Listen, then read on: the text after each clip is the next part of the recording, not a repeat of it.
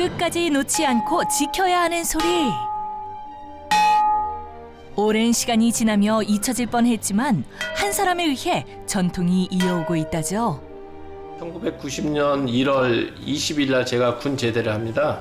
그리고 이제 23일부터 이제 아버님 공방에 나가서 일을 시작하게 돼서 이제 본격적으로 일을 하게 됐는데 벌써 이제 뭐 35년 넘게 됐네요. 긴 세월을 견디며 이제는 국가무형 유산 악기장으로 선정되기까지 했답니다. 안녕하세요. 저는 현종 평경 국가무형유산 이수자 김종민입니다.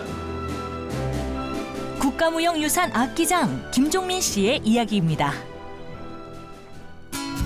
주인공을 만나기 위해 찾아간 곳은 경기도 파주시의 작업실. 이곳에서 흐르는 시간은 실로폰 공장을 운영하던 아버지의 손에서 시작됐다고 합니다.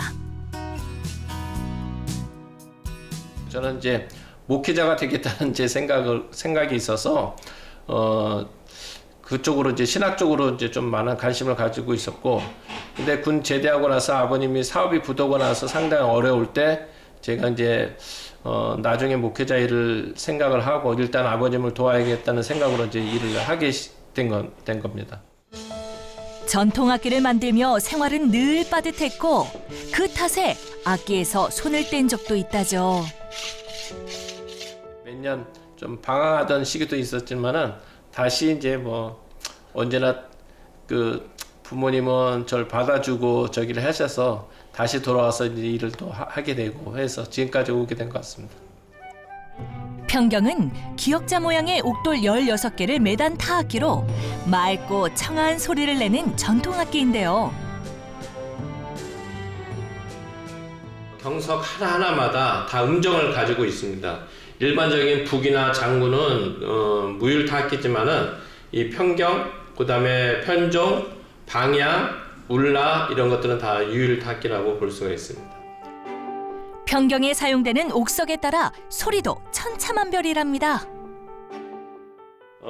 우리 문헌에는 이제 남양 옥석으로 소개가 되어 있습니다. 우리 남양석은 그런 옥하고 석회석이 아주 적당하게 잘 들어가 있어서 맑고 깨끗한 소리가 좀 납니다. 작업 중 일부 과정은 전통 방식에 따라 진행이 된다고요. 이 철선으로 자를 때 그 마찰로 해서 이게 이제 잘라지는 거예요. 옥석을 자른다는 느낌보다 철선에 금강사를 묻혀가며 절단면을 갈아내는 것에 가깝기 때문에 제작 기간도 상당히 오래 걸리는 편이랍니다.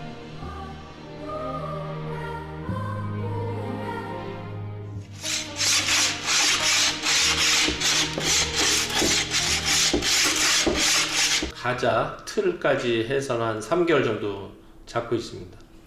거기에 참여하는 인원은 현대에서는 몇 분 정도 되실까요? 한 5분 정도 된다고 그랬습니다. 단청, 조각, 틀, 그다음에 이 평경 제작까지 해서 한 5명 정도. 악기 하나를 만들기 위해 수많은 제작자의 손이 필요해 전승 과정에도 어려움이 많았지만 꼭 필요한 악기이기에 어렵게나마 복원과 전승이 이어져 왔답니다. 우리나라 특히 사계절이 있잖아요. 그래서 어쩔 때는 상당히 건조하고 습한데 거기에 음정이 변하지 않은 게 평경이에요. 평경에 황종을 쳐주면 그 황종음에 연주자들이 입김을 더 세게 분다든가 그 다음에 약하게 분다든가 해서 그 음정을 맞춰주고 그 다음에 현악기들도 다 이 음정에 이제 맞춰서 조율을 하게 됩니다. 음을 맞추는 과정에서 장인의 면모가 나온다는데요.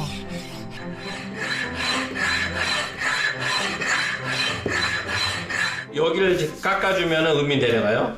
그 다음에 이쪽 부분하고 이쪽 부분을 갈아주면 음이 높아져요. 요즘에는 혼자 하던 작업을 도와주는 반가운 얼굴이 있다죠.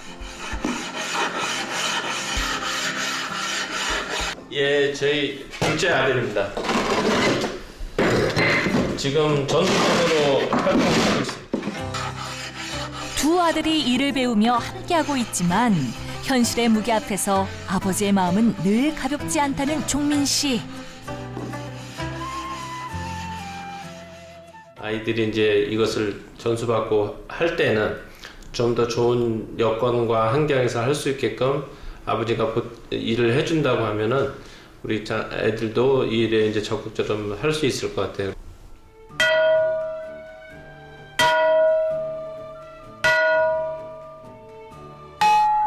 자신의 꿈을 좇아 평생을 달려온 그에게 마지막으로 남은 꿈은 무엇일까요? 전통과 그다음에 아버님이 가르쳐준 그런 경험치들을 잘 배워서 이제 여기까지 왔는데 이 또한 저도 제 아들 그다음에 또 아닌 사람한테 또 배우겠다는 사람이 있으면은 같이 공유를 해서 열심히 해볼 생각이거든요. 내 손에 쥔 걸 내려놓고 새로운 것을 지켜낸다는 건 쉽지 않은 선택이죠. 과거와 현재를 잇는 그의 이유 있는 고집을 응원하겠습니다.